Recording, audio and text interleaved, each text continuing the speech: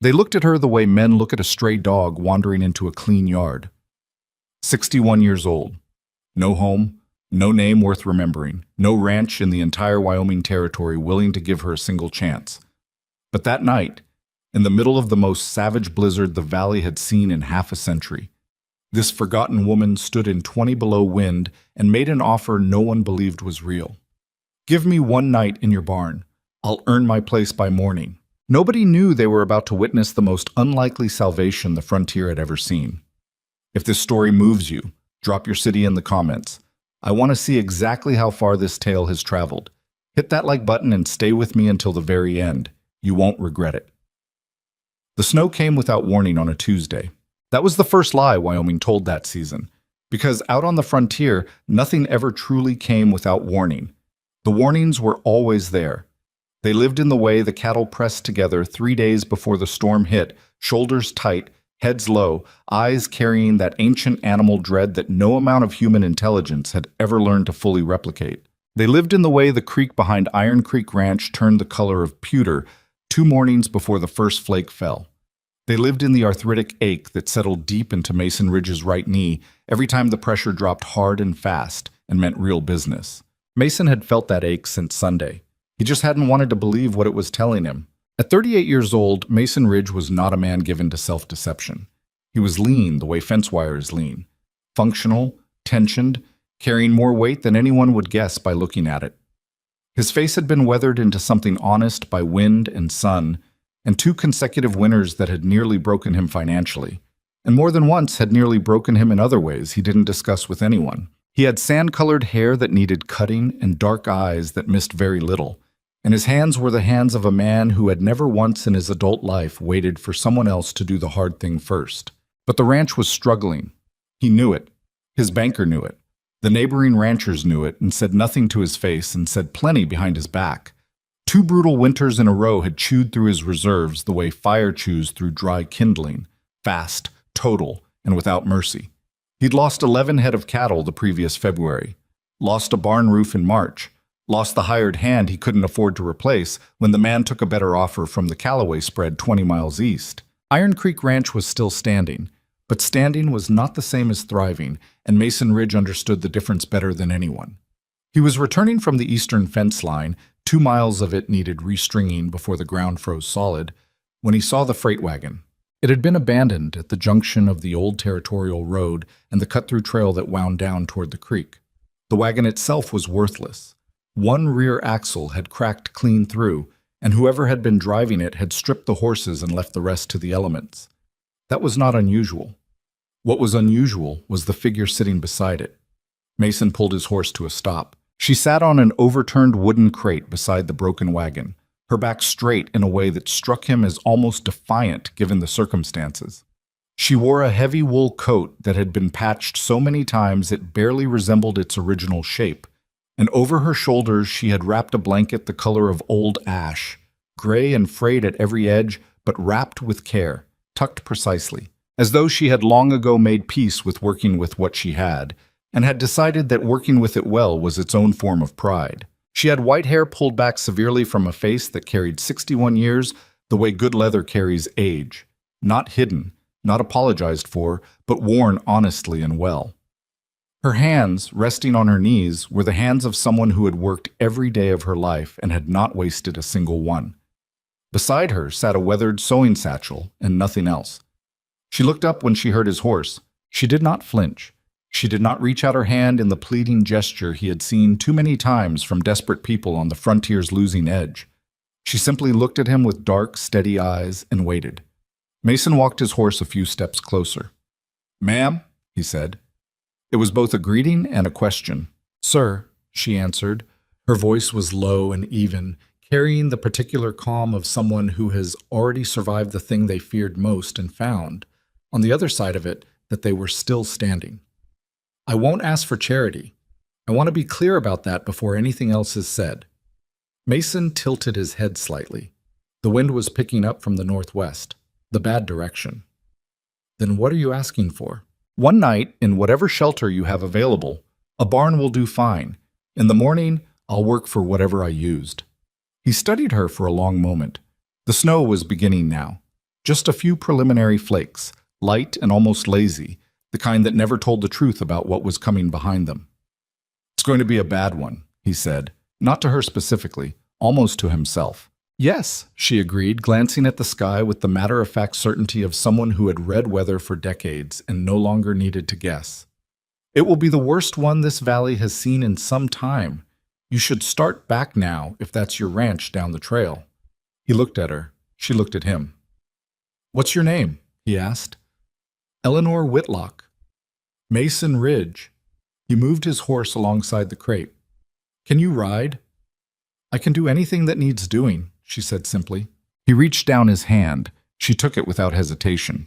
The ranch hands, what remained of them, which was only Cody Briggs, 24, with a bad habit of talking too much, and Pete Halverson, 52, with a bad habit of saying nothing at all, were in the middle of feeding the horses when Mason rode in with Eleanor behind him. Cody's mouth opened immediately. "Who's—" "Miss Whitlock will be staying in the spare room off the tack room," Mason said, swinging down from the saddle and offering Eleanor a hand she didn't need. "Get the stove going in there, Cody." "That's barely a room," Cody said. "It has 4 walls and a door," Eleanor said pleasantly, climbing down with surprising ease. "That will do." Cody looked at Pete. Pete looked at the horses and said nothing, which was his contribution to most conversations. "The storm's going to be serious," Mason told them both. "I want the east-facing barn door reinforced before dark. The hay needs moving away from the north wall, and someone needs to check the water lines before they freeze." "Already planning on it," Pete said, which was the longest sentence he had delivered in approximately 4 days. Eleanor was looking around the ranch yard with the quiet, systematic attention of someone conducting an inventory. Not an obvious or intrusive inspection, but the careful, continuous observation of a person whose mind was always working even when their body was still. Her eyes moved from the barn to the fence line to the root cellar door to the drainage channel that ran alongside the eastern wall of the main house. She said nothing, but she saw everything. That night, with the blizzard announcing itself in full earnest against the windows, Mason sat at the kitchen table with the ranch's account book open in front of him and the particular hollow feeling in his chest that he'd come to associate with arithmetic that didn't add up no matter how many times he worked it. Eleanor appeared in the doorway of the kitchen. She had changed into dry clothes, simpler and more worn than what she'd arrived in, which itself said something, and she carried a tin cup of coffee she had apparently made herself, which meant she had located the kitchen, the stove, the coffee, and the cups without asking anyone. "I hope you don't mind," she said, nodding at the cup. "Help yourself," Mason said. She moved to the table and sat across from him, not close enough to intrude on his paperwork, but not so far as to suggest she wasn't prepared to have a real conversation. For a moment, neither of them spoke. The wind drove hard against the north wall of the house, and the lamp between them flickered and steadied. "How long has the ranch been struggling?" she asked. He looked up. "That obvious?" he said. "You've got 2 hands where you need 4. Your tool shed's organized the way a man organizes things when he's gotten rid of everything he can sell and is protecting what's left. And you looked at that account book the way men look at letters from people they owe money to." She took a quiet sip of her coffee. "I'm not prying. I just noticed things." Mason closed the book slowly. 2 bad winters. 3, actually, Eleanor said. The winter 3 years ago was mild enough most people didn't count it, but it was long, and long winters with mild cold do more damage to stores than short ones with hard cold. People underestimate them. He frowned. "You're right about that. Your root cellar door seal is failing," she continued. "I noticed it when we rode in. The drainage beside the east barn wall is going to ice over in this storm and push water toward the foundation. And your haystack positioning, the main one, is going to take on moisture if the wind comes from the northwest at any real speed." Mason stared at her. "The northwest is exactly where it's coming from," he said slowly. "Yes," she said. "I know." The wind screamed along the eaves of the house as if to confirm her assessment. "Who are you?" Mason asked. And he didn't mean her name. Eleanor looked into her coffee cup for a moment. When she looked back up, her expression hadn't changed. That same steady, unsentimental calm, but something behind her eyes had shifted, just barely, in a way that might have been grief or might have been memory, and in older people those 2 things were often indistinguishable. Someone who has run a ranch before, she said. Someone who knows what she's looking at. She stood, rinsed her cup at the basin, and set it carefully on the drying board. If you'll allow me, she said, I'd like to start on that cellar door seal before the storm gets worse. I have materials in my satchel. He watched her for a moment that stretched longer than it should have. Go ahead, he said. She was already walking toward the door. She worked through the night. Mason checked on her twice, at midnight and again just before 3 in the morning. And both times she was at a different task than the one she'd been at before, moving through the ranch's small emergencies with the systematic quiet of someone who had learned long ago that panic was the most expensive luxury a person could afford on the frontier and had simply stopped paying for it. By morning, the cellar door seal had been replaced with a mixture of rendered fat and fiber from her satchel that he'd never seen used that way, but which was already holding against the storm's pressure. She had repositioned the main haystack's outer covering using nothing but rope and the two of them working together before dawn. She had woken him at 4:30 with a knock on his door and the simple statement, "We need to move the hay cover before the wind shifts. I'll need your hands for 20 minutes. He had gotten up without argument. She had also, somewhere in the night, repaired a broken harness that had been hanging on a hook in the barn for 3 months because Mason hadn't gotten to it yet, reorganized the grain storage so the oldest bags were accessible first, and fixed a latch on the chicken coop that had been loose long enough the chickens had simply stopped questioning it. When Cody Briggs came in for the morning and saw the harness, he stopped and stared at it the way a man stares at something he's certain wasn't there before. "Did you?" he started, looking at Mason. "Miss Whitlock," Mason said, and went on with his coffee. Cody looked at the barn door, then back at the harness, then at Mason again. "The old woman?" he said, in a tone that walked the thin line between impressed and reluctant to be impressed. "She prefers Miss Whitlock," Mason said.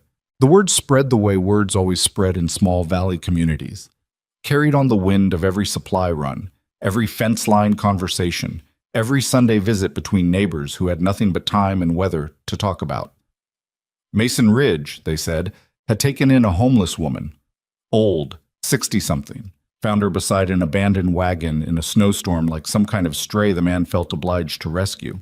Hector Calloway, whose spread was the largest in the valley, and who operated with the particular authority of a man who had been told he was right about things often enough that he had stopped considering the possibility that he wasn't, rode over on the 3rd day of the storm's lull with 2 of his ranch hands and the expression of someone delivering news the recipient ought to be grateful for. He found Eleanor on her knees beside the East Barn Foundation, working river clay into the gap between the stone footing and the wall where moisture had been finding its way in for years. He looked at her for a long moment. He looked at Mason. "That's your solution?" Calloway said. "An old woman playing in the mud?" Mason leaned against the fence post. "She's filling a gap that's been letting cold air into the barn for 3 winters. "I can see what she's doing," Calloway said. "I'm asking if you've lost your mind." Eleanor did not look up from her work. "The gap runs approximately 14 feet, she said, her voice carrying the same untroubled evenness it always carried. "The cold air intrusion has been costing this barn roughly 12 to 15 degrees of sustained warmth on hard freeze nights. Over a winter, that translates to significant additional feed consumption because the animals are burning more energy staying warm." She pressed clay firmly into the gap. "I expect to finish this section before noon." Calloway stared at her. "She teach you that, Ridge?" he said. "I knew it," Mason said. "She identified it. There's a difference." "It's folk method," Calloway said dismissively. "Old wives' work." Eleanor sat back on her heels and looked up at Hector Calloway for the first time. Her gaze was level and entirely without hostility, which somehow made it more disconcerting than anger would have been. "My husband and I ran 400 head on the Laramie River for 19 years, she said. "What we built using old wives' work is still standing. I have simply not been living in it lately." She returned to her clay. Calloway opened his mouth, closed it. He looked at Mason with the expression of a man who had come to deliver a verdict and found the courtroom rearranged. "Your funeral, Ridge?" he said, and rode back the way he had come. Mason watched him go. Behind him, he heard the quiet, steady sound of Eleanor working clay into stone with her bare hands in 20-degree air, and he thought that if Hector Calloway had half the endurance of that woman, he'd be twice the rancher he was. He didn't say it out loud. but he thought it. The days that followed had a rhythm to them that Mason hadn't felt on the ranch in years. Not frantic, not desperate, not the exhausted scramble of a man trying to hold back the tide with not enough hands and not enough hours. Purposeful.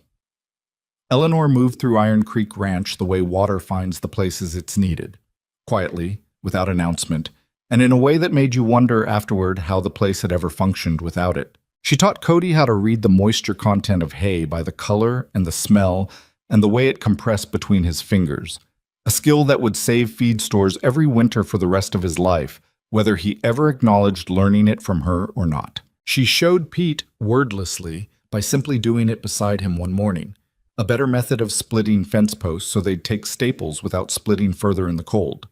Pete watched her for 3 posts and then began doing it her way, and the two of them worked side by side in companionable silence for the better part of an afternoon in what Mason recognized as the frontier version of a very successful conversation. And every night, after the work was done and the hands had gone to their bunks, Eleanor would sit at the kitchen table with whatever mending needed doing, always something needed mending, and Mason would sit across from her with his account books or his supply lists, or sometimes just his coffee, and they would talk. Not about the past. Not yet. They talked about the ranch, about what it needed, about winter pressure on foundation walls and the particular vulnerability of northwest-facing roof seams, and which root vegetables stored longest and which needed rotation, and why the second winter was always harder than the first, because the first one surprised you, and the second one you could see coming, and that foreknowledge had a weight to it that pure shock never did. She knew things he didn't know, and she offered them not like a teacher stands above a student, but the way one person passes something useful to another person walking the same hard road. He found himself looking forward to those evenings in a way he hadn't looked forward to much of anything in 2 years. He didn't examine that too carefully. 3 weeks after Eleanor arrived at Iron Creek Ranch, the valley's most prominent ranchers gathered at Calloway's spread for the informal winter meeting they held every year to compare notes on feed prices and fence repairs, and the general complaint that things were harder than they used to be. Mason attended because he always did. Eleanor did not attend because she hadn't been invited and wouldn't have expected to be. The conversation turned to her within the first 10 minutes. "How's your charity case, Ridge?" said Tom Aldridge, who ran a middle-sized spread to the south and whose primary contribution to any gathering was saying out loud what others were thinking. "She's working," Mason said. "Working how?" said Calloway. "Sewing buttons? Baking bread?" The men around the table laughed. "Sealed my East Barn foundation," Mason said. "Repositioned my hay storage. Reorganized my root cellar in a way that's going to cut spoilage by 30% at minimum. Repaired equipment I hadn't gotten to. Fixed drainage that was going to ice over and back water into my feed room." The laughter didn't stop exactly. It shifted, became slightly less comfortable. "She tell you to do all that?" Aldridge said. "She did most of it herself," Mason said. Calloway leaned back in his chair. "Ridge, she's a homeless woman, an old one. What happens when the cold really sets in and she can't keep up? What happens when she gets sick? You're going to be nursing an elderly woman on a ranch that's already He caught himself. "Already what?" Mason said. The room was quiet. "Already operating lean," Calloway finished, with the precision of a man choosing the charitable version. Mason looked at the faces around the table. He saw men who were not unkind exactly, but who had made their calculations and arrived at their conclusions and were not interested in revising them. "You know what I think?" Mason said, and his voice had that particular quietness that was not softness. "I think every one of you has some version of the same problem she found on my ranch in the first 3 days. And I think come spring you're going to be wishing you'd made a different choice." He pushed back his chair and reached for his coat. "She's not a charity case," he said. "She's the best ranch hand I've ever had, and I'll thank you to remember that when the winter counts." He walked out into the cold. Behind him, the room was very quiet for a moment. Then Tom Aldridge said, "Think he actually believes that?" And Hector Calloway, who had stood in Eleanor Whitlock's presence for 15 minutes beside a barn foundation and come away with something he couldn't quite shake, said nothing at all, which, from Calloway, was its own kind of answer. That night, Mason told Eleanor what had been said. He wasn't sure why. He wasn't a man who brought grievances home to be processed out loud. But he found himself telling her anyway, sitting at the table after supper with the lamp burning low between them, and she listened with that characteristic stillness of hers, not passive, not absent, but fully present in the way that certain people are fully present, as though they've decided that whatever is being said deserves to actually be heard. When he finished, she was quiet for a moment. "Does it bother you?" she asked. "What they think?" "It used to bother me more," he said honestly. "Then I watched you work for 3 weeks." The corner of her mouth moved, not quite a smile, but the precursor to one. "People see what they've decided to see," she said. "It's very difficult to change a picture someone has already framed." "They framed you wrong," Mason said. "They framed me the way people always frame someone who arrives with nothing," she said, without bitterness. "The outside condition becomes the whole story. They stop asking what's underneath." She looked at her coffee cup. "I stopped explaining myself a long time ago. The work explains itself eventually." "What if it doesn't?" Mason said. "What if the storm comes and they still don't see it?" Eleanor looked up at him. "Mr. Ridge," she said quietly, "I have spent 3 years on the frontier with nothing but my knowledge in my hands. I have been turned away from every door in this valley." She set down her cup. "The storm will come," she said, "and the work will speak. It always does." Outside the window, the Wyoming sky was the deep, indifferent black that preceded the worst weather, the color of a held breath, of something gathering itself. She was right, of course. She was always right.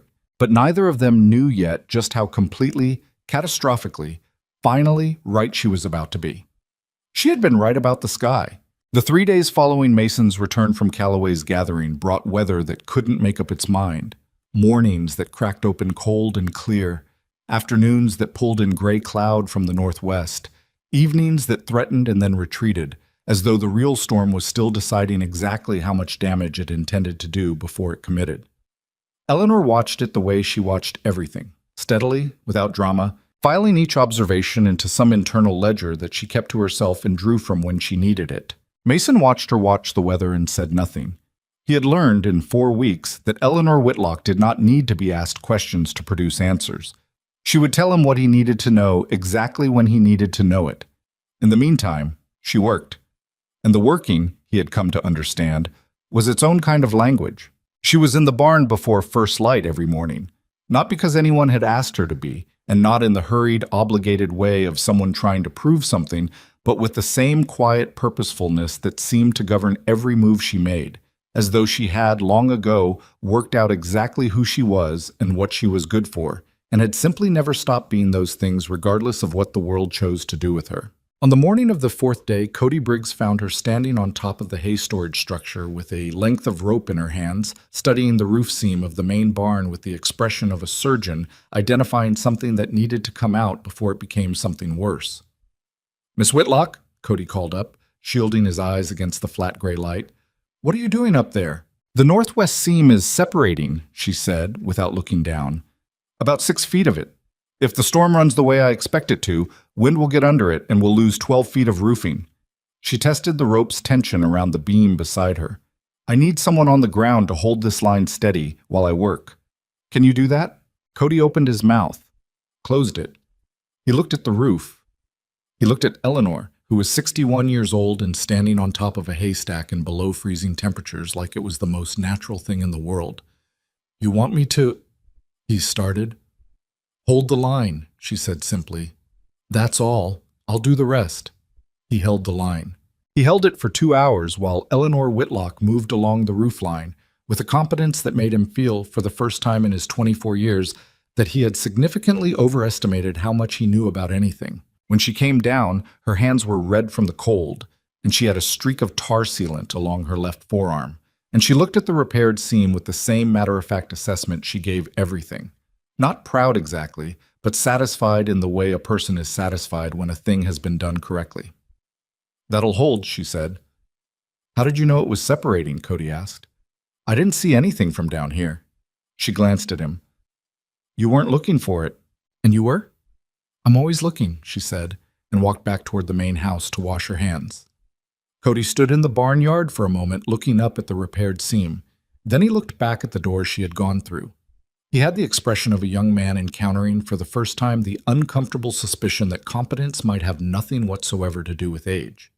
He didn't say anything about it to anyone, but he started paying closer attention. The days had their rhythm now, and the rhythm was partly hers. Eleanor's rising before anyone else, her systematic movement through the ranch's needs, her habit of stopping at whatever required stopping at, and fixing whatever required fixing with whatever was available, without complaint and without waiting to be told. The ranch felt different under that rhythm, not transformed, not suddenly prosperous, but more solid somehow. The way a house feels more solid when someone has gone around and checked that every window is latched before the wind comes. Mason felt it most in the evenings. The account book still told a difficult story. The numbers hadn't changed, the debt was what it was, the reserves were what they were, and the winter was going to be what Wyoming winters were regardless of how well prepared anyone was for it. But the quality of his worry had changed, which was a thing he wouldn't have known how to explain to anyone, and so kept entirely to himself. It was the difference between worrying in the dark and worrying in dim light. The problem was the same, but you could see where you were standing. One evening, about 5 weeks after Eleanor's arrival, Pete Halverson knocked on the kitchen door after supper and stood in the doorway with his hat in his hands, which was Pete's version of a significant gesture. "Need to talk to you," he said to Mason. Then his eyes moved to Eleanor at the table with her mending, and he seemed to reconsider whether he'd intended it to be a private conversation. He apparently decided he hadn't. "Both of you, I suppose." Mason nodded at the empty chair. Pete sat in it like a man sitting in a chair he wasn't sure he'd been entirely invited to occupy. "The Harmon place," Pete said. "Rode past it today." He paused. "Their north-facing water trough is frozen solid. Not just surface frozen, solid through. Means they haven't been able to break it. Means the cattle haven't had proper water in at least 2 days." Mason straightened. The Harmons were a family of 4, Dan and Ruth Harmon and their 2 children, running a modest operation 6 miles northwest of Iron Creek. They were not people who asked for help easily. "They know what to do," Mason said, but it was a question more than a statement. "They know what they've been doing," Pete said carefully, "but what they've been doing isn't working." Eleanor set down her mending. "The trough location," she said. "Is it against the north wall of their barn or freestanding?" Pete looked at her with the mild surprise he always showed when she asked exactly the right question. "Against the north wall." "Then it's the wall itself," she said. "The north wall is drawing heat away from the ground around the trough. They need to break up the soil around the base and pack straw underneath. It insulates the ground and slows the freeze rate by 2 days minimum. They've probably been heating the water directly, which works for 12 hours and then fails again because the source of the problem isn't the water. It's the ground." Pete stared at her. "Can that be done now?" Mason said. "In current temperatures?" "Yes," Eleanor said. "It's an hour's work if you have the straw and the right tools." Mason looked at Pete. Pete looked at his hat. "I'll get the straw," Pete said. Eleanor was already standing. They rode out to the Harmon place the following morning, Mason, Eleanor, and Pete in the wagon, with 2 bales of straw and the particular focused energy of people heading out to solve a problem rather than to witness one. The sky was low in the color of pewter, and the cold had the teeth quality of weather that is not yet its worst self, but is reminding you that its worst self is out there and thinking about you. Ruth Harmon met them in the yard with the expression of a woman who had been awake for 2 nights and had moved past exhaustion into that strange flat territory beyond it. She was in her late 30s, solid and capable in the frontier manner, but there were shadows under her eyes that spoke of livestock walking to the creek through snow at 40 below zero, and a husband who hadn't slept in 2 days, and children old enough to be scared and young enough to need reassurance. She wasn't sure she could manufacture anymore. She looked at Eleanor with the same look most people gave Eleanor on first encounter. The quick, automatic assessment that started with age and stopped there before it got to anything more useful. "Mrs. Harmon," Eleanor said, climbing down from the wagon before anyone could help her.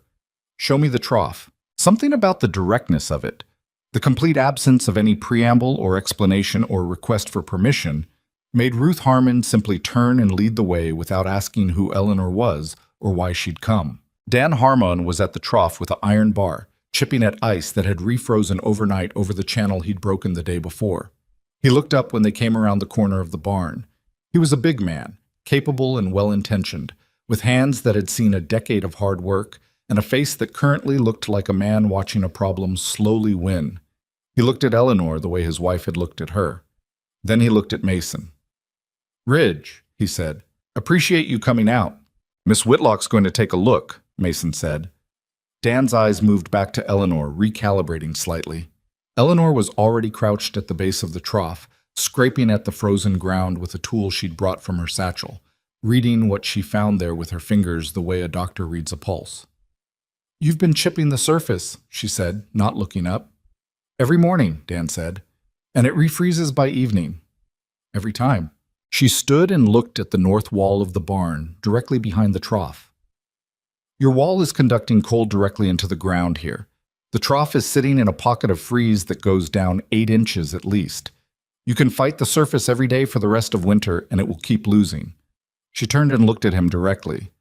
"Or we can fix the ground today and you won't touch this trough with a bar again until March." Dan Harmon looked at his wife. His wife looked at Eleanor. "Tell me what to do," Dan said. They worked for 2 hours in the gray cold. Eleanor directing, the men breaking up the frozen ground around the trough base, Pete packing straw in precise layers in a configuration that Eleanor described and demonstrated in segments, Mason lifting and moving with the efficient wordlessness of a man who had learned that this woman's instructions needed to be followed exactly and not approximately. When it was done, Eleanor walked around the trough once, checking each side, pressing the straw packing with her boot to test the density. "That'll hold through the winter," she said. Ruth Harmon brought coffee out from the house. 4 cups on a tray, which was an extravagance on a struggling frontier ranch and meant something. She handed Eleanor hers first. "Where did you learn that?" Ruth asked. Eleanor wrapped both hands around the cup. "A long time ago," she said. "On a ranch not so different from this one." Ruth looked at her steadily. "Whose ranch?" "Mine," Eleanor said. The words sat in the cold air between them. Ruth Harmon was a woman who understood the weight of past tense applied to something that should have been present tense, and her face did what decent people's faces do when they understand something painful. It didn't change much, but it went quieter. "Well," Ruth said softly, "you saved our cattle today." "The cattle aren't saved yet," Eleanor said, "but they will be. The hard part is behind you." It was the closest she ever came, Mason noticed, to offering comfort. She didn't reach for sentiment. She offered certainty instead, and on the frontier, certainty was worth considerably more. The ride back to Iron Creek was quiet.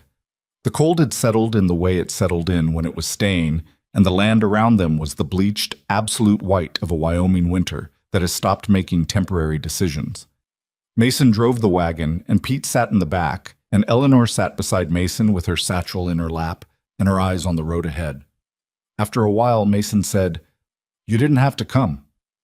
"No," Eleanor agreed. "You could have just told me what to do and stayed warm."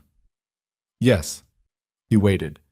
"Mr. Ridge," she said at last, "I spent 3 years being told I was too old to be useful. I don't intend to spend the rest of my time proving it wrong by sitting in a warm kitchen." He had no answer for that. He drove. The week that followed brought visitors. Not the kind that came to offer anything. Not yet. Not the proud valley ranchers whose judgments moved like glaciers, slow and total, and not easily reversed. These were the quieter ones. Ruth Harmon appeared at the Iron Creek gate 2 days after the trough repair with a jar of preserved plum jam and the expression of a woman who intended to say thank you properly and intended for Eleanor specifically to receive it. A neighboring woman named Clara Tibbs, whose husband ran a small sheep operation to the south, and who had a practical intelligence she rarely got credit for, came by with the transparent pretense of asking Mason about a land boundary question, and spent 45 minutes in the kitchen with Eleanor discussing root vegetable preservation methods, with the focused attention of someone writing everything down in her head. Eleanor answered every question with the same generosity. No withholding, no performance of expertise, no making anyone feel small for not having known. She gave information the way she gave everything, directly, completely, without requiring anything in return except that it be used well. It was Cody who first said what Mason had been thinking. He said it one morning in the barn while they were working side by side on the bridle inventory, the kind of repetitive task that loosened conversation the way the cold loosened old joints, gradually and then all at once. "She's not what I thought she was," Cody said. Mason didn't look up from the bridle he was sorting. "What did you think she was?" "I don't know. Someone you'd have to take care of." He was quiet for a moment. "She's the one taking care of everything." "Yes," Mason said. How does someone end up like that with all that? He searched for the word. Knowledge, and nowhere to use it? Mason set down the bridle. He thought about what Eleanor had told him in pieces. In those evening conversations, the fragments she'd let fall without assembling them into a full story yet. He thought about the steadiness of her hands and the steadiness of her voice and the particular way she had of looking at a problem that told you she had seen worse and survived it and was applying what the surviving had taught her. I don't know the whole of it yet, Mason said, honestly, but I know the world took something from her that it had no right to take.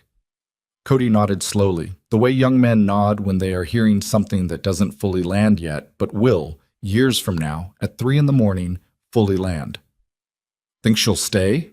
He said. Mason looked out through the barn door at the white winter yard, where Eleanor was, at that precise moment, examining the south fence line with her hands behind her back and her eyes moving slowly and that permanent quality of attention that seemed to cost her nothing and produce everything. I don't know, he said, but something in the way he said it suggested the question mattered to him considerably more than he had intended it to sound. The ranchers from this valley meeting began to make their careful, indirect approaches in the weeks that followed. Not apologies, because these were not men who apologized easily or quickly, but a series of small tactical visits that each had an ostensible other purpose and a real one. Calloway sent one of his hands with a question about shared fence boundary maintenance that any one of them could have answered. What the hand actually did, once at Iron Creek, was look at the barn foundation repair and the hay storage configuration and the drainage work with the particular quiet attention of someone who had been sent to report back. Tom Aldridge stopped by personally on the pretext of returning a borrowed post driver and found Eleanor reorganizing the tack room by a method that made the available space function as though it were 30% larger, and stood watching her for a full 2 minutes before he said anything at all. That's a good system, he said finally.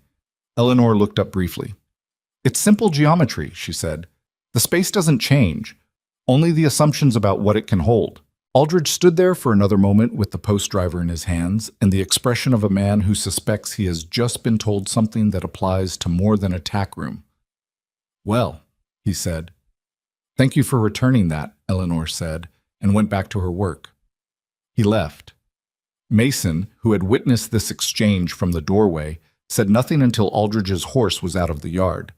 Then he said, You know what you just did? Eleanor set a bridle on its new hook. I organized a tack room. You made Tom Aldridge think, Mason said. The space doesn't change, she said serenely. Only the assumptions. He looked at her for a moment. You're enjoying this a little, he said. The corner of her mouth moved. Not quite a smile. Mr. Ridge, she said, I am 61 years old and I have been turned away from 37 ranch doors in 3 years. I am allowed a small, private enjoyment. He laughed. It was a real one. The kind that arrived before a person could decide whether to let it. And it surprised them both slightly, filling the cold tack room the way warmth fills a room that hasn't felt it in too long. Eleanor looked at him with something new in her expression, not the steady, measured calm she wore like a second coat.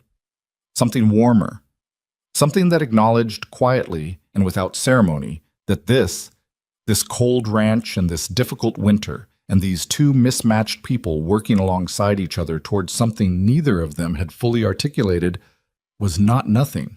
It was in fact quite a lot. She went back to her work.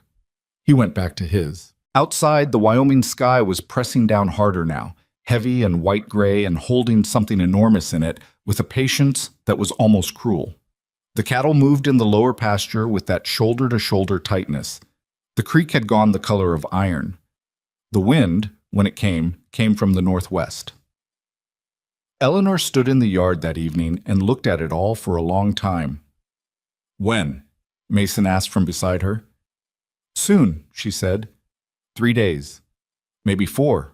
She went inside without another word. The preparations she began that night were different from the ones she'd made in the weeks before.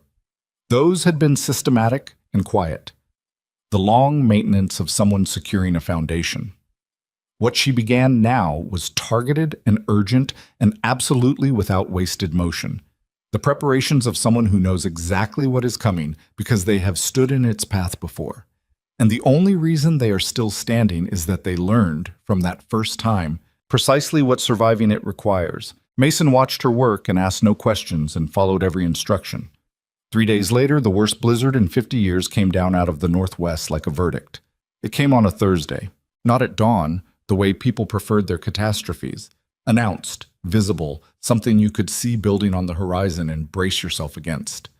It came in the middle of the afternoon, when the light was already failing and the sky had spent 3 days lowering itself inch by inch until it sat on the ridgeline like something with weight and intention. 1 hour there was wind, the next hour there was nothing else. The temperature dropped 17 degrees in 40 minutes. Mason knew because he was at the thermometer nailed to the barn's east wall when it happened, watching the mercury fall with the focused disbelief of a man watching something he knew was coming and still couldn't quite make himself accept as real. He had stood in Wyoming winters for 15 years. He had seen bad ones. He had seen the kind of cold that split fence posts and froze creek water to the bottom and killed cattle where they stood in the field before anyone could get to them. He had not seen this. By the time he got back inside, Eleanor was already moving. She had been moving, in fact, since before the first real gust hit. He understood that now, looking back. She had spent the previous 2 days in a state of preparation that had looked, from the outside, like ordinary work intensified, more deliberate, more economical.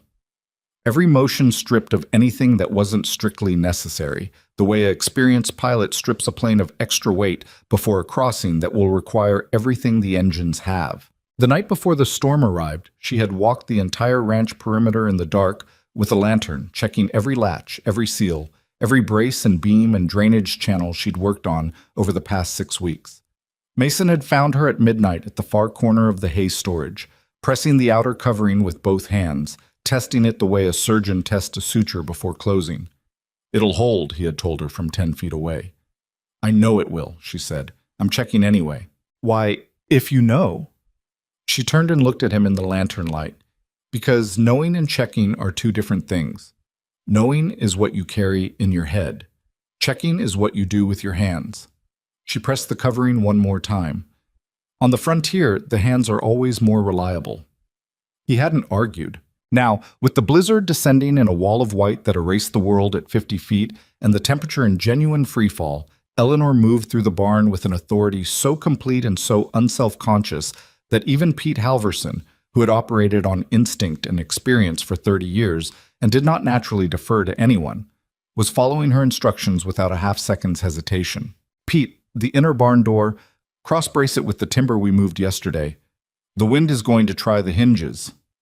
Eleanor was at the water trough, checking the insulation she'd packed around the base pipe 4 days ago. "Cody, the chickens need to be consolidated into the southeast corner of the coop. Body heat in a confined space will keep them through 40 below if they're packed correctly. Do not leave gaps."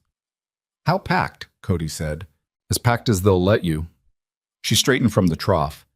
"They'll complain about it. Do it anyway. They'll thank you in March when they're alive." Cody went.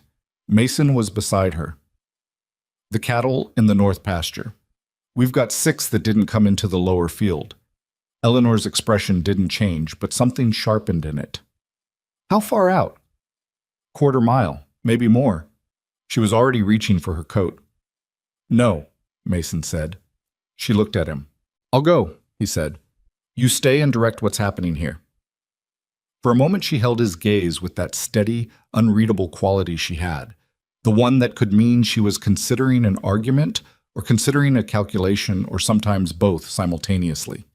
Then she said, "Take Pete. Don't go to the fence line without him. And take the rope. Tie it to the gatepost before you go further than 30 feet. The visibility is going to drop to nothing in the next hour." "I know. Do you know what nothing looks like out there, Mr. Ridge? Real nothing?" Her voice was not raised, but it had something in it. Not fear exactly, but the specific gravity of someone who has seen what she is describing. Men have walked 50 feet from their own front door in a Wyoming whiteout and not found their way back. 30 feet, rope, gatepost. That is not negotiable. 30 feet, he said. "Rope, I understand." He held her gaze for 1 second longer than the conversation required. Then he went. She stood in the barn doorway and watched him disappear into the white, until the white took him completely, and she turned back to the work. and her face did the thing it sometimes did when she thought no one was watching. It showed, for just a moment, what it cost her to hold everything so steady when the world was doing its best to come apart. Then the moment passed, and she was moving again. The first day of the storm was the day of holding. Every preparation Eleanor had made over 6 weeks was tested against the reality of what 50 below wind and horizontal snow could do to structures built by human hands on the Wyoming frontier, and the results came back like a verdict rendered on each decision in sequence. The hay storage, repositioned, recovered, straw packed against moisture, stayed dry through winds that would have destroyed its original configuration entirely. The barn foundation seal held against water that was finding every gap in every building for miles in every direction. The cross-braced inner door absorbed gusts that made the outer walls groan and did not give. The insulated water pipe did not freeze. The root cellar, with its resealed door and reorganized interior, maintained a temperature 2 degrees above the critical threshold for the stored vegetables. Mason came back with the 6 cattle at the end of the first hour, plastered in snow and moving carefully. Pete behind him, both of them attached to a rope that Eleanor had clipped to the gatepost herself before they'd gone 20 feet. He came into the barn and stood for a moment, letting his eyes adjust, and Eleanor handed him a blanket. Not his, one of the old ones from the tack room that she'd warmed by the stove and brought out, without comment, the way she did most things, as though thinking ahead of the moment was simply how time worked. "Everyone's in," he said. "Good." She was already checking the cattle, moving between them with practiced hands, checking legs for ice accumulation, checking eyes. "These 3 are borderline. We need to get their core temperature up. I need hay packing around them, tight on both sides, and Cody to walk them in circles for 20 minutes, even though the boy will hate it and they'll hate it more." "I'll do it," Mason said. "You'll warm up first," she said, in a tone that was not a suggestion. 5 minutes. Drink something hot, then walk the cattle. If you go back out there with your body temperature where it is right now, you'll be another problem for me to solve before the night's over." He looked at her. 5 minutes, she repeated. He sat down on a hay bale and accepted the tin cup she produced from somewhere, and drank something hot that tasted like broth with something fiercer in it, and 5 minutes later he walked the cattle, and she was right that they hated it, and she was right that it helped. The second day was the day of endurance. The storm did not moderate. It did not pause to consider its options. It pressed down on the valley with the total, impersonal commitment of weather that has no interest in outcomes and no awareness of what it's destroying, and what it destroyed, across the valley, was considerable. The first rider came on the second morning. He appeared at the Iron Creek Gate at 7 a.m., materializing out of the white like a figure from the kind of dream that doesn't feel like a dream. And the horse he was on was moving with the labored, head-down gait of an animal that had been pushed past what it should have been pushed past. The rider was one of Calloway's men. His name was Frank, and he was 26, and he arrived at their door with ice in his beard and the expression of a young man who had been sent by a proud employer to ask for help from a place his employer had spent 6 weeks mocking. Mason opened the door. Frank stood on the step and said, without preamble, because there was no time for preamble, and he apparently understood that Mr. Calloway's north barn roof came down in the night, 2 sections. The cattle are exposed and the temperature's still dropping.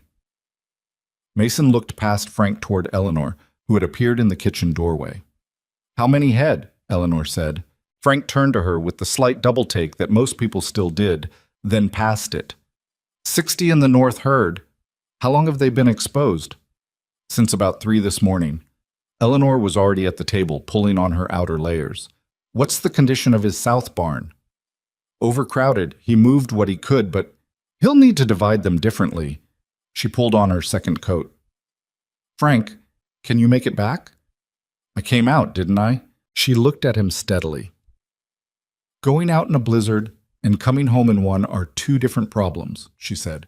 "But if you can make it, I need you to go back and tell Mr. Calloway 3 things before we get there. First, do not consolidate any more cattle into the south barn. Second, pull every piece of canvas, every tarpaulin, every wagon cover on his property to the north barn site. Third, get every person on that ranch into coats and outside in the next 30 minutes. She met the young man's eyes. "Can you remember all of that?" Frank repeated it back to her, word for word. "Go," she said. He went. Mason was looking at her. We're going out in this. Those cattle have been standing in open air at 40 below for 4 hours, she said simply. Yes, we're going out in this. They rode to Calloway's in conditions that required every ounce of attention Mason Ridge possessed just to keep the horse on the trail, and Eleanor rode beside him with her scarf up to her eyes and her posture absolutely upright against the wind, leaning into it with the practiced, unsentimental acceptance of someone who has negotiated with terrible weather before and knows that the negotiation requires you to give nothing away. What they found at Calloway's North Barn was a disaster in the process of becoming a catastrophe. 2 sections of roof collapsed inward, snow already packing into the exposed interior, 60 head of cattle pressed against the remaining walls with the desperate, shoulder-to-shoulder density of animals whose bodies understand danger at a level that bypasses thought. Calloway himself was there, standing in the middle of it with an expression that Mason had never seen on the man's face in 15 years of knowing him, an expression stripped of its usual authority and occupied instead by the particular helplessness of someone watching something fail that they had believed, until this moment, could not fail. He looked at Eleanor. For one long second, Hector Calloway, who had mocked her at the fence line, who had called her methods outdated, who had told Mason Ridge it was his funeral, looked at Eleanor Whitlock in the ruins of his north barn and said absolutely nothing. Eleanor looked at the collapsed roof. She looked at the cattle. She looked at the canvas and tarpaulins that had been dragged out per her instruction and were piled near the south wall. Mr. Calloway, she said, I need every man you have right now on those support beams along the east wall. We're going to rig a temporary cover using the canvas. It won't be a roof, but it will break the wind and it will hold enough warmth to keep these animals alive until the storm passes. Calloway stared at her. Can you do that? She said. Not unkindly, just directly. Yes, he said. Then let's start.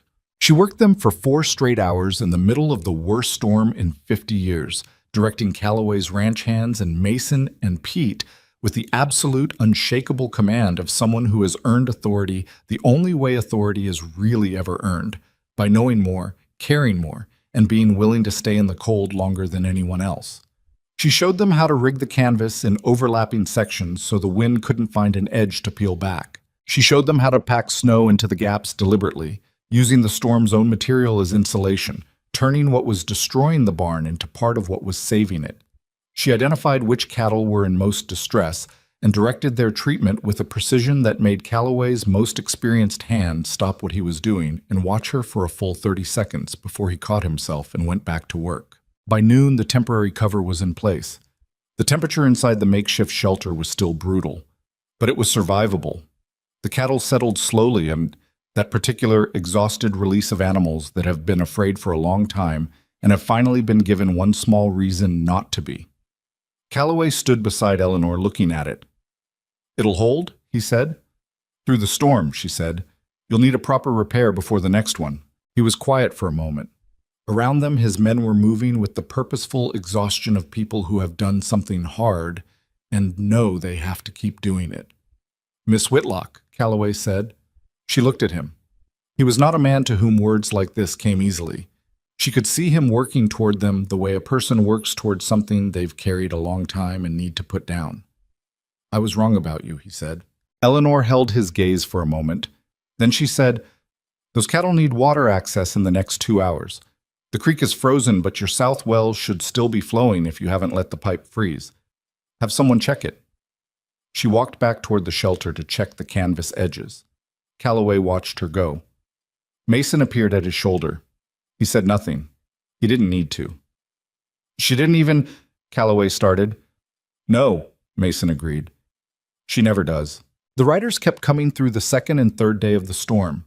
Tom Aldridge lost his entire root cellar supply to water infiltration from a drainage failure, the exact failure Eleanor had identified from a distance as a risk on his property during one of her quiet, systematic observations over the preceding weeks. She could not fix what had already been lost, but she walked his remaining food stores with Ruth Harmon and Clara Tibbs, who had also come to Aldridge's in the storm because the frontier had its own version of emergency response that operated on proximity and need. and she showed them how to stretch what remained through rationing methods she had learned in a winter 20 years past that had been nearly as bad as this one.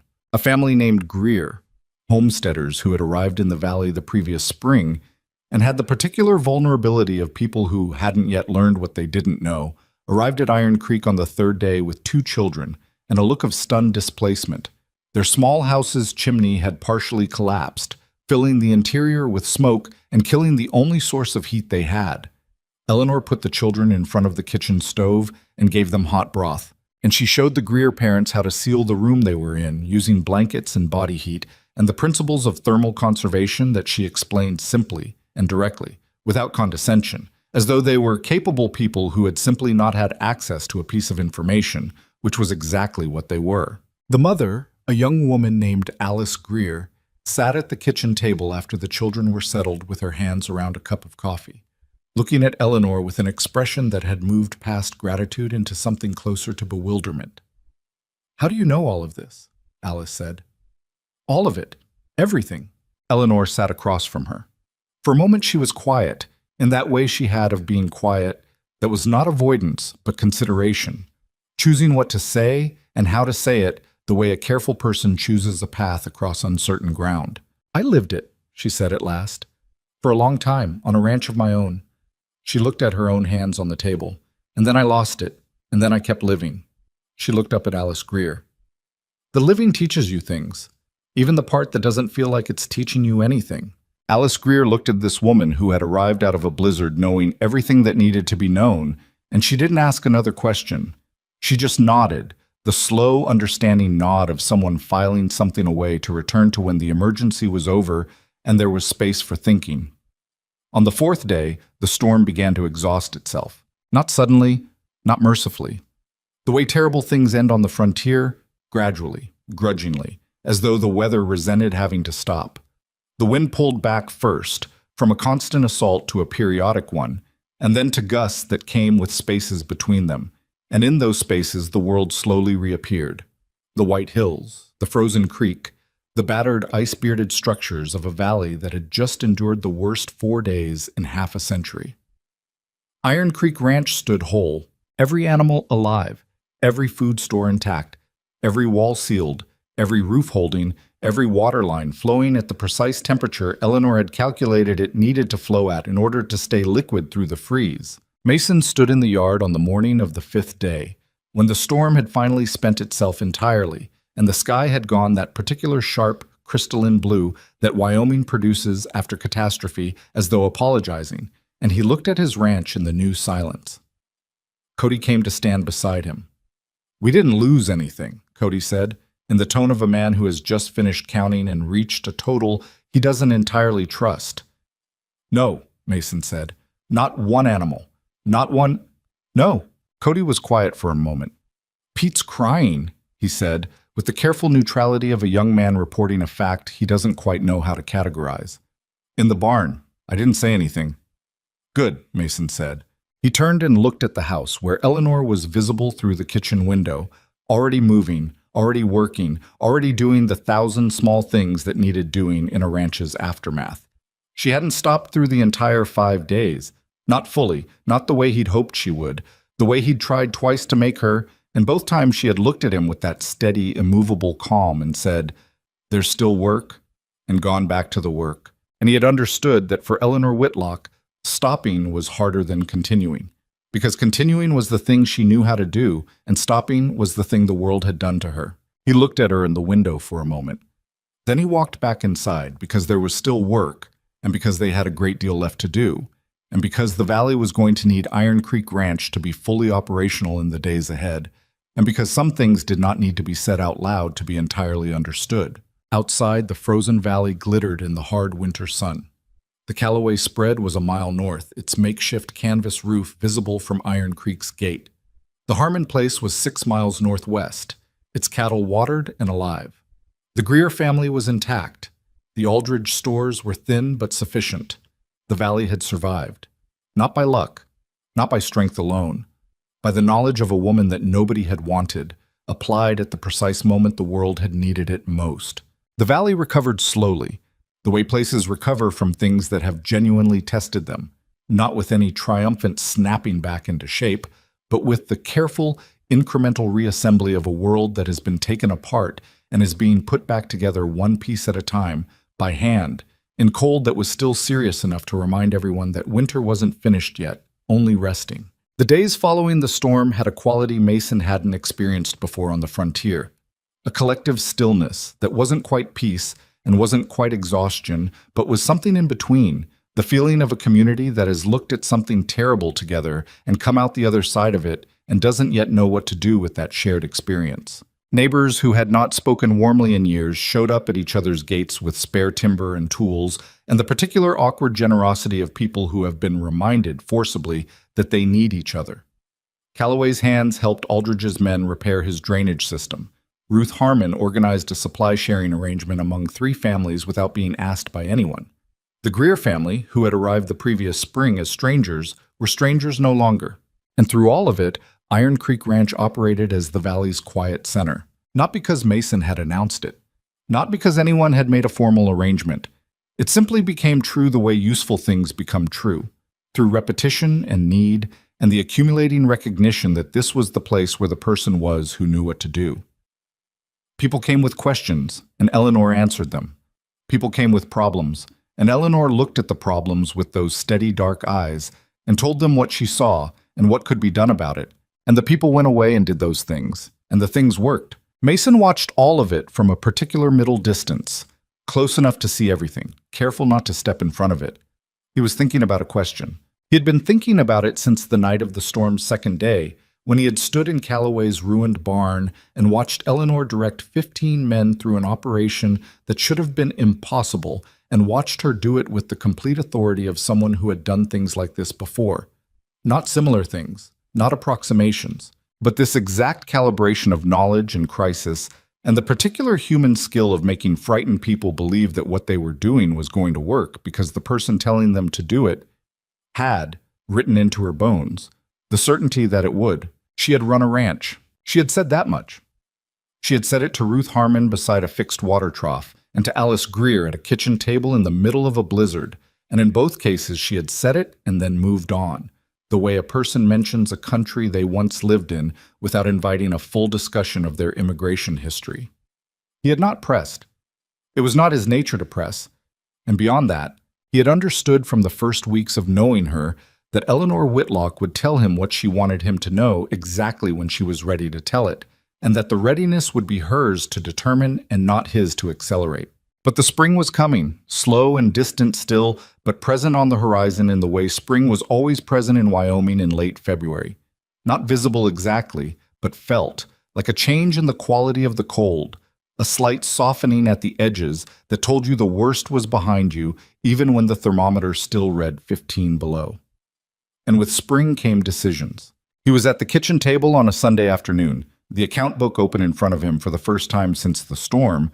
He had been avoiding it, which was unlike him, and he was honest enough with himself to know why.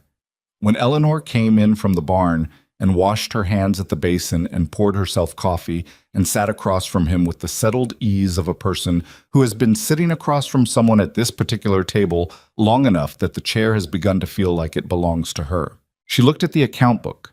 She looked at him. "How bad?" she said. He had told her the general shape of things in those early evening conversations, but not the specifics. The specifics were, he realized, something he had been keeping back not because he distrusted her, but because saying them out loud to someone who had earned the right to hear them made them more real than saying them to a banker or a lawyer, where the numbers were just numbers. "We made it through the winter," he said. "That's the honest answer." "And the less honest one?" He turned the book toward her. She studied it for a long moment. Her face did not change in any dramatic way, but he had learned to read the smaller movements, the slight shift in her eyes when she was calculating, the almost imperceptible tightening at the corner of her mouth when the calculation produced a result she didn't like. "The spring stock purchase," she said. "You were planning on 8 head." "I was." "You can do 4, she said. "Possibly 5 if the spring grass comes early and you can delay supplemental feed until June." She looked up. "It will come early. The snow cover this winter was deep enough to protect the ground from the hardest freezes. The soil will be workable by mid-April." He looked at her. "How do you know that?" Because I watched the same pattern on the Laramie River for 19 years, she said. Deep snow winters followed by early springs, reliably. She turned the book back toward him. 4 head this spring, managed carefully through summer, and you'll be in a position to double the herd by next autumn. It's slower than you want, but it's sound. He nodded slowly. He picked up his coffee cup. He set it down without drinking from it, which was the thing he did when he was working toward something he wasn't sure how to approach. Eleanor watched him do this and waited. "How does someone know all this?" he said. It was the question he had been carrying for weeks. He had asked it in his own head a dozen times in a dozen different forms. Not the general version, not the "how does a person acquire knowledge" question, but the specific one. This woman, this particular knowledge, these specific hands that knew river clay and canvas rigging and root vegetable rotation, and the thermal properties of straw packing and the precise sound a roof seam makes when it's beginning to fail. Where did all of it come from? And what had it cost? And why was the person who carried it sitting in his kitchen on a winter Sunday with a patched coat and a sewing satchel and nothing else? Eleanor was quiet for a moment. Then she set down her cup, and she told him. She had been born in Nebraska, the daughter of a man who understood land the way some people understand music, instinctively, completely, as a language rather than a subject. Her father had taught her to read soil before she could read text, to feel weather in the behavior of animals before she had words for what she was feeling.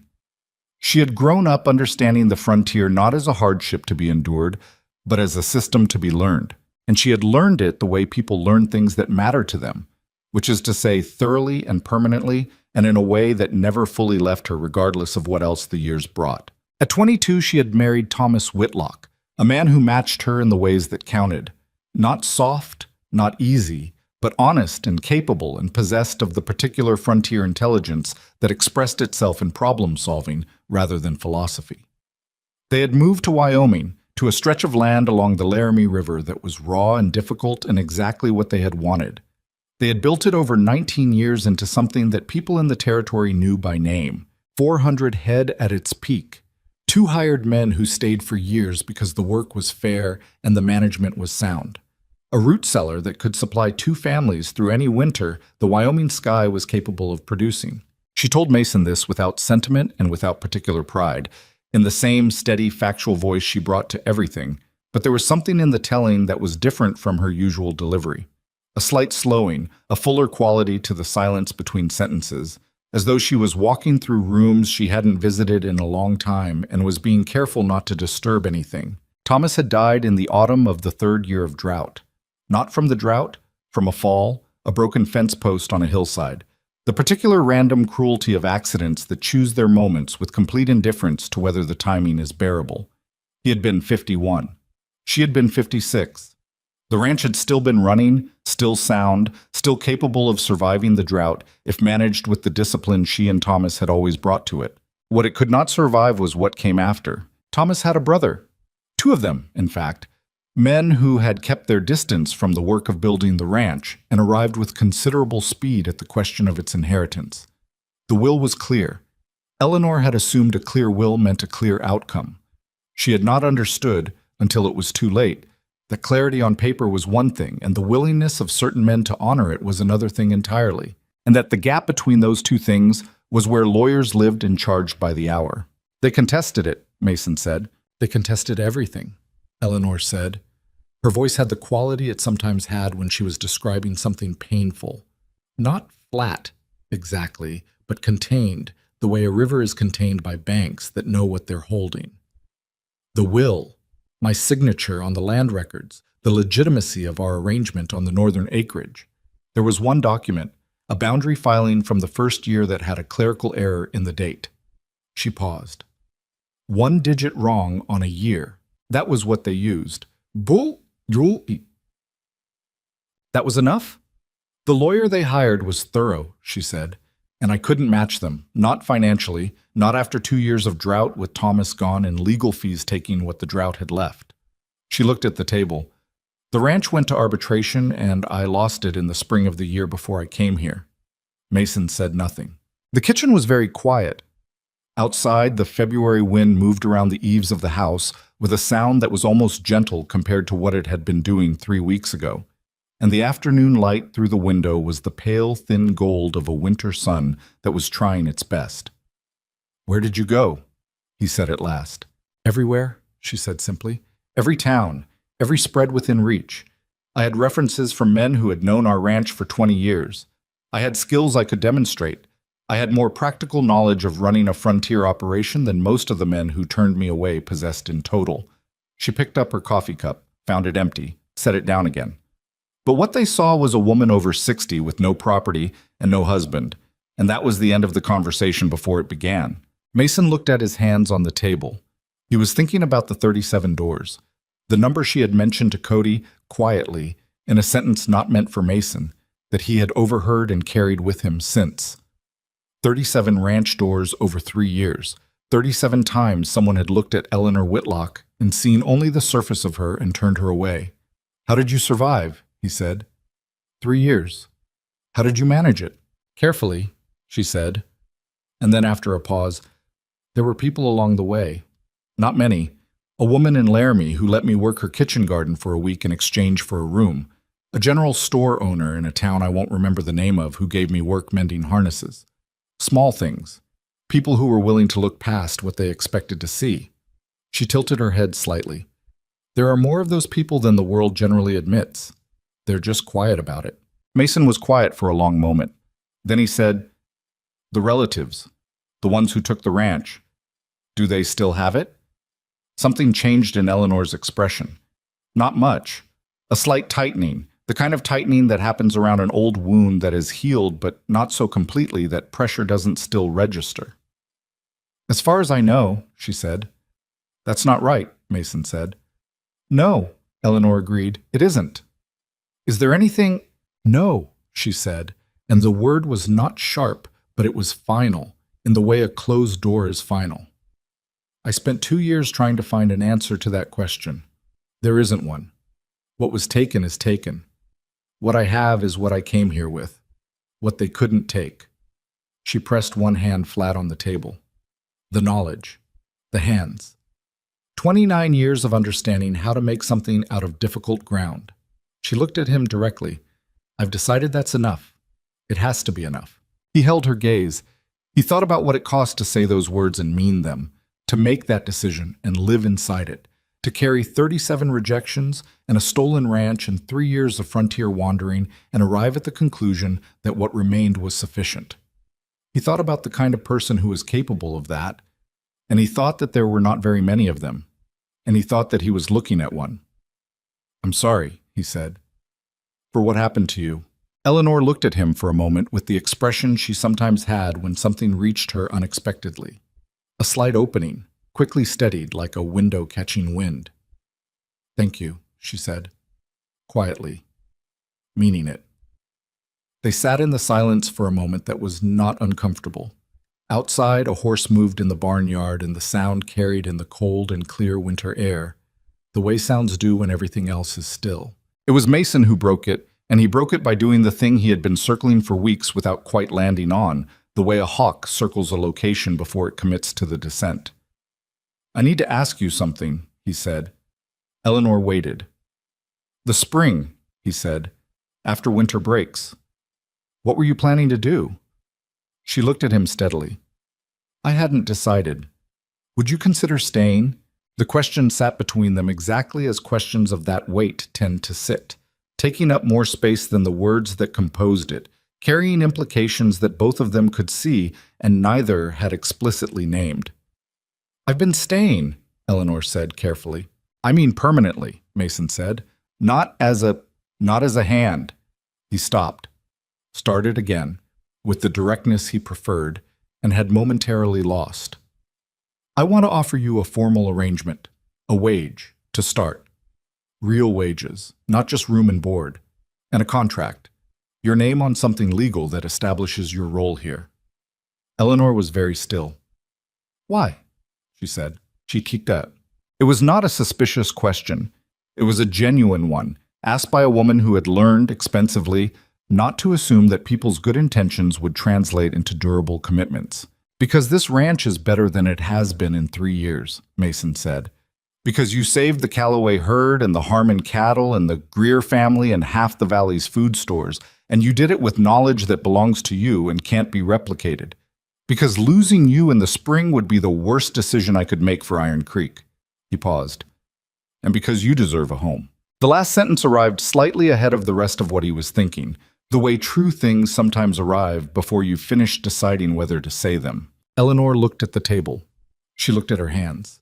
She looked out the window at the frozen yard and the barn and the fence lines that she had walked in the dark with a lantern 3 weeks ago, pressing every latch and every seal and every brace with her bare hands in 20 below cold, because knowing and checking were two different things. A contract, she said, a real one. I'll have it drawn properly. With my name on it. With your name on it, he said. Your work, your name, your wages. No ambiguity. She was quiet for a long moment. Mr. Ridge, she said at last. Mason, he said. She looked at him. Mason. The name sat differently in her mouth than she had expected it to, less formal, more like something real. You understand that I come with nothing but what I know. I understand that what you know is worth more than most of what I own, he said. Something moved across her face, that rare full thing that was not just the precursor to a smile, but the whole of one, arriving without the usual careful management, surprising her slightly the way genuine things sometimes surprised even the people who felt them. A wage, she said. A contract. My name on the document. Yes. Then yes, she said. The word was simple and quiet and entirely without ceremony, the way the most significant things tend to be when they are real. Not the version you imagined in advance, with its proper weight and framing, but the actual moment, which arrives in ordinary light at a kitchen table on a Sunday afternoon in February and turns out to be enough. What Mason did not tell her that afternoon, what he was still working toward, still circling, the thing that was larger than a wage and a contract and needed more time and more courage than one conversation could hold, was the rest of what he had been thinking. The part that had come to him during the storm, standing in Callaway's barn watching her work, watching 15 men take direction from a 61-year-old woman in a patched coat and follow it without question because the authority she carried was so complete and so honestly earned that to resist it would have been like resisting gravity. He had thought, standing there in the ruins of another man's barn in the worst blizzard in 50 years, that a place should belong to the person who understood it best. That ownership was not simply a matter of whose name was on a document, but of who had given themselves most completely to the work of making a thing survive and thrive. He had thought about Eleanor's ranch on the Laramie River, taken from her by men who had built nothing and understood nothing, and had simply been willing to use the legal machinery available to them with a ruthlessness she hadn't matched because it had not occurred to her that it needed to be matched. He had thought that he did not intend for that to happen again. But that conversation was for another day, when the winter had fully passed and the ground had begun to soften, and the spring Eleanor had predicted arrived on schedule, which it would, because her predictions always did. For now, the contract, the wages. Her name, in ink, on something that could not be taken back. It was, he had decided, a beginning. Across the table, Eleanor had picked up her mending. There was always mending. And was working in the afternoon light with those steady, capable hands. And if she was thinking about what had just been agreed to and what it meant, and how long it had been since anything had meant anything that lasted, she kept that, as she kept most things, in the quiet interior space where she processed the world and made her decisions, and had, somehow, through 3 years of doors closing in her face, managed to keep herself entirely intact. The lamp between them burned low and steady. Outside, a hawk crossed the pale winter sky above Iron Creek Ranch, riding a thermal southward, and the frozen land below it was beginning, almost imperceptibly, to consider the possibility of spring. The contract was drawn on the second Monday of March, when the snow had pulled back from the lower fields enough to reveal the first gray-brown suggestion of ground underneath, and a lawyer named Harcastle rode out from the nearest town in a coat that was not warm enough for the remaining cold, and spent 2 hours at Mason's kitchen table producing a document that said, in the precise and unambiguous language of legal instruments, that Eleanor May Whitlock was employed as ranch manager of Iron Creek Ranch at a wage commensurate with her position, with full authority over ranch operations, livestock management, and seasonal planning, effective immediately and ongoing. Mason signed it. Eleanor signed it. Hardcastle witnessed it. And if he had opinions about the arrangement, Bocarman, an aging homeless woman being given formal authority over a struggling Wyoming ranch, he kept them where lawyers generally kept their opinions when the client was paying, which was entirely to himself. When Hardcastle had gone, Eleanor looked at the document for a long moment. She did not pick it up. She simply looked at it lying on the table with her name on it in her own handwriting, and her face did the thing it had done the day Mason had offered her the arrangement. That rare, unguarded opening that she couldn't quite manage to contain. And this time she didn't try very hard to contain it. "It's just a piece of paper," Mason said, watching her. "It's my name," she said, "on something that holds." He understood the difference. He left her with the document and went out to the barn because there was always work, and because some moments deserved to be private. Spring came the way Eleanor had said it would. Early, the ground workable by the second week of April. The grass pushing through the matted winter residue with the particular green urgency of things that have been suppressed a long time and are now making up for it. She had been right about the soil temperature, right about the frost date, right about the timing of the first real thaw with the precision that had stopped surprising Mason weeks ago and had simply become part of how he understood her. That the things she said would happen, happened. They bought 4 head of cattle in April, as she had advised. Sound animals selected at the sale by Eleanor, who walked through the pens with the same systematic attention she brought to everything and identified the 4 she wanted in less time than it took most buyers to settle on one, based on criteria she explained to Mason as they went. Leg structure, eye clarity, the particular density of muscle across the hindquarters that indicated an animal that would hold weight well through a hard winter, the behavioral signals that distinguish genuine calm from the temporary calm of an animal that was frightened and hiding it. "How can you tell the difference?" Mason said, watching her assess a young heifer with her hands moving along the animal's flank. "The frightened ones hold too still," she said. "Real calm moves." She pressed gently, and the heifer shifted her weight naturally, without tension. Like that. He bought the 4 she chose and trusted her completely on all 4. And by July, all 4 were outperforming every other animal in the herd on every metric that mattered. The valley was rebuilding through those spring and summer months, and Iron Creek was at the center of it in a way that had stopped being accidental and was now simply true. Eleanor had begun what she called, without any particular fanfare, a monthly gathering. The first Saturday of each month, whoever wanted to come rode into Iron Creek, and she addressed the practical problems of the season with the directness and specificity that had become her signature. Not a lecture, not a formal arrangement, more like a conversation between experienced people, except that Eleanor was consistently the most experienced person in the room, and everyone present had figured that out by now and adjusted accordingly. The first gathering drew 6 people. The second drew 11. By the 4th, in July, there were 23 people sitting in Mason's barn on hay bales and upturned crates and whatever else could be found.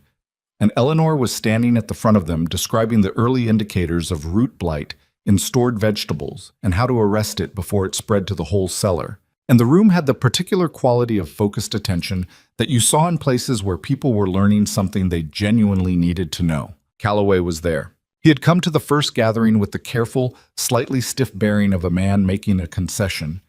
He had decided to make gracefully rather than ungracefully, which was at least something. He had sat in the back and asked no questions and left promptly. At the second gathering, he had sat in the middle and asked one question, a good one about winter feed rationing. And Eleanor had answered it directly and without any reference to the fact that this was the man who had called her methods outdated 6 months ago beside a barn foundation while she worked in the cold. At the third gathering, he had arrived early and helped set up the seating, which was Hector Calloway's version of an extended apology, and everyone present understood it as such. "She's changed him," Ruth Harmon said to Mason quietly during the 4th gathering, watching Calloway nod along with something Eleanor was explaining about soil drainage. "She hasn't changed him," Mason said. "She just gave him better information." Ruth considered this. "Maybe that's the same thing," she said. Tom Aldridge had become, unexpectedly, one of the gathering's most consistent attendees and most vocal participants, asking questions with the enthusiasm of a man who had spent years being certain he knew enough and had recently discovered the liberating possibility that he didn't. He and Eleanor had developed a working relationship that operated on the currency of mutual directness. She told him what she saw on his spread when she visited, which was occasionally, and he listened without defensiveness and implemented what she suggested and reported back the following month on the results. And this accountability seemed to suit both of them. It was Aldridge who raised, at the August gathering, the question that had been circling the room for months without landing. "Miss Whitlock," he said, from his position near the front, "I think I speak for more than a few people here when I say, what are your plans for the winter?" The room went slightly quieter than it had already been. Eleanor looked at him steadily. "To prepare for it," she said, "same as every winter." "Here," Aldridge said, "at Iron Creek." "Yes." "And beyond that? Beyond this winter?" He was not being cruel. He was being the thing he had become in the past months, which was honest in the particular way of men who have stopped managing their impressions and started asking the things they actually needed to know. We've all come to rely on these gatherings, on your knowledge, on being able to bring you a problem and have you look at it and tell us what you see. He glanced around the barn. "I want to know that's not going away." Eleanor was quiet for a moment. The room waited. "Mr. Aldridge," she said, "I've been turned away from 37 ranches in 3 years. I am not planning to leave a place where I am not turned away." The room relaxed on a collective exhale. And then, from somewhere near the back, Cody Briggs said, "Good," with the particular feeling of someone who has been worrying about a thing and has just been told he doesn't have to anymore. And several people laughed, and Eleanor's mouth moved in that way it had, and the meeting continued. It was 3 weeks after the August gathering that Mason asked Eleanor to walk the east fence line with him, which was not an unusual request. They walked the property together regularly, assessing, planning, the kind of working conversation that had become the primary language of their partnership. But there was something slightly different in the way he asked it that made her pay attention. They walked the fence line in the late summer morning, the air carrying the first cool suggestion of what was coming. The grass still green but beginning to hint at gold at the tips. The sky that deep blue that Wyoming produced in late August like a last generous gift before autumn. They checked the posts, discussed the stretch of north fence that would need reinforcement before the freeze, noted where the water table had shifted the ground enough to tilt 2 posts out of true, and then Mason stopped walking. They were at the eastern corner of the property, where the land rose slightly to a small ridge that gave a view of the full spread. The barn, the house, the root cellar with its sealed door, the hay storage with its repositioned cover, the drainage channels running correctly, the pastures with their cattle, everything in the particular good order that had taken 6 months of Eleanor's knowledge and labor to achieve. "I want to show you something," Mason said. He reached into his coat and produced a document, not the employment contract, something different, thicker, more pages. She recognized Hardcastle's letterhead at the top. She looked at it. She looked at him. "What is this?" she said.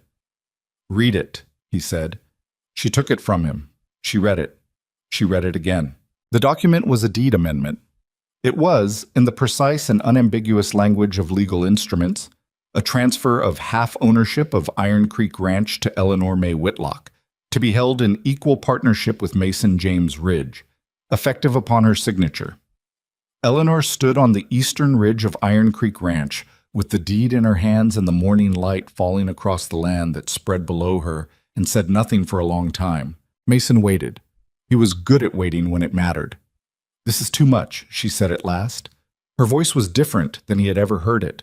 Not the steady, contained, managed quality of her usual delivery, but something underneath that, something that the steady and contained had been holding in place all this time. "It isn't," he said.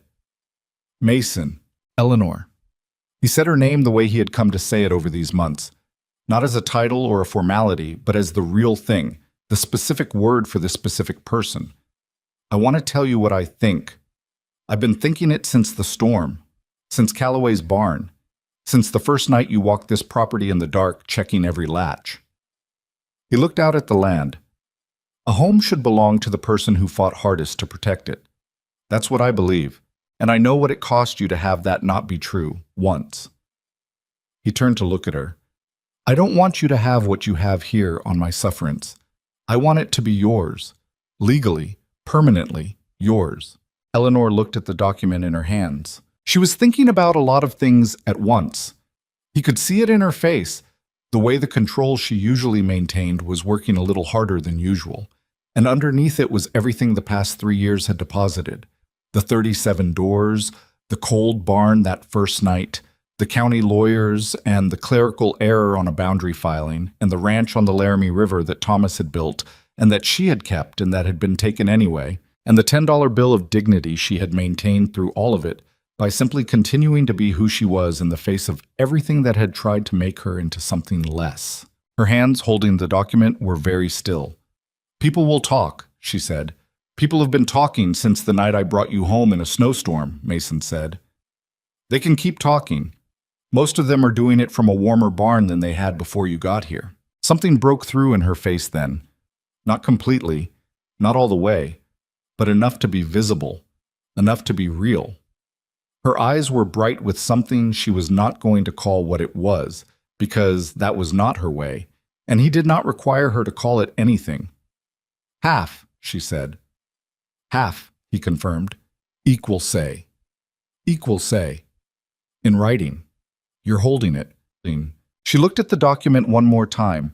Then she folded it carefully and placed it in the interior pocket of her coat, close to her chest, the way you carry something you intend to keep. "All right," she said. They stood on the ridge for a while without speaking, looking at the land that was now, in equal and legitimate measure, hers. The morning light moved across it the way morning light moves across things it has no opinion about, equally, fully, without distinguishing between what has been there a long time and what has only just arrived. She signed the deed that afternoon at the kitchen table with Mason and Pete and Cody as witnesses, and Pete shook her hand with both of his in the way he had of expressing large things through small gestures, and Cody said, "Took long enough," and got a look from Mason and gave Eleanor a grin that she returned with the full version of the thing that was usually only the corner of her mouth. The news spread through the valley at the speed that valley news always traveled, which was fast and comprehensive. The reactions were what they were. A few raised eyebrows, one or two comments that reached Mason secondhand and that he declined to engage with, and a majority that ranged from unsurprised to genuinely glad, which was a better distribution than either of them had expected and which said something about what the winter had changed. Calloway rode over personally on the Thursday following the signing. He arrived at mid-morning, tied his horse properly at the post, and came to the house and knocked, which was itself a gesture. Men like Calloway generally treated their neighbors' doors as formalities. Eleanor answered it. He stood on the step with his hat in his hands. "I heard," he said. "Word travels," Eleanor agreed. "I wanted to say—" He stopped. Started again. Hector Calloway was not a man who assembled apologies easily, but he had been working on this one for some time, and it showed in the careful, deliberate quality of what came next. "I came to your fence line in November, and I spoke disrespectfully about your work and your capability. I was wrong about both, and I was wrong about you." He held her gaze. "I'm sorry for it, Miss Whitlock." Eleanor looked at him for a moment. "Mrs. Whitlock," she said, "or Eleanor, your choice." Something shifted in Calloway's expression, a slight softening that he probably wasn't aware of. "Eleanor," he said. "Thank you, Hector," she said. "I know what that cost you." He put his hat back on. "My north barn could use a proper inspection before winter," he said, in the tone of a man who has just made himself vulnerable and is redirecting to practical ground. "If you had the time." "I have the time," she said. "Friday morning." He nodded. "Friday morning." He rode back the way he came, and Eleanor watched him go. And when she turned back into the house, Mason was standing in the hallway with his coffee and the particular expression he had when something pleased him that he wasn't going to make a production of. "Well," he said. "Friday morning I'm inspecting Calloway's north barn," she said, walking past him toward the kitchen. "Noted," he said, following. The autumn arrived, and the preparations for it were different from the year before in ways that were both practical and harder to name. Practical because Eleanor's authority was now formal and total, because the monthly gatherings had built a network of shared knowledge across the valley that meant every ranch was better prepared than it had been the previous year, because Iron Creek's own stores and structures had the benefit of a full year's worth of Eleanor's attention, and were sounder than they had been in Mason's memory. Harder to name because there was a quality to the work that season that had changed. A settledness, a sense of people doing things they expected to still be doing next year and the year after, rather than the anxious scramble of a community that is not sure it will survive to need future plans. Eleanor's gatherings continued through the fall, and what they produced over the course of that year was something that none of them had set out to produce, and all of them had needed, which was a community that knew how to take care of itself and each other with the practical, unsentimental generosity that the frontier had always required and had always, at its best, delivered.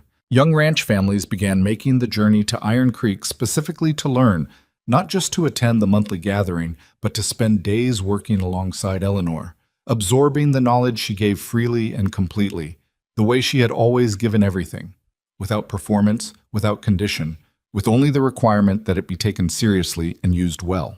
Cody Briggs, who had grown from the young man who had called Eleanor the old woman in a November barn to someone who would not tolerate hearing her referred to that way from anyone else, began taking notes at the gatherings and compiling them into a practical ledger that he kept in the tack room. It was not a formal thing, just a working ranch hand writing down what he was learning in a manner that allowed him to look it up later. But Eleanor found it one evening and sat with it for a long time and said nothing until Cody came in and found her there. "Is it wrong?" he asked, immediately worried. "No," she said. "It's very right." She handed it back to him. "Keep adding to it." He did. That winter was hard. The way Wyoming winters are always hard, but it was not the catastrophe of the previous year, and the valley moved through it with the competence of people who had been catastrophically tested and had come through it with a better understanding of what they were capable of. Iron Creek Ranch operated at a level of efficiency that its books had not reflected in years. The 4 spring cattle had grown into the herd exactly as Eleanor had predicted, and the herd was sound and well-managed and already set up for the expansion she had outlined for the following season. On the morning after the first heavy snowfall of December, Eleanor stood at the kitchen window with her coffee and looked out at Iron Creek Ranch in the early light. The barn with its reinforced seams, the hay storage properly positioned and covered, the drainage channels running clean, the fence lines true, the cattle in the lower pasture moving with the calm, well-fed ease of animals that are properly cared for and know it. Mason came to stand beside her with his own coffee.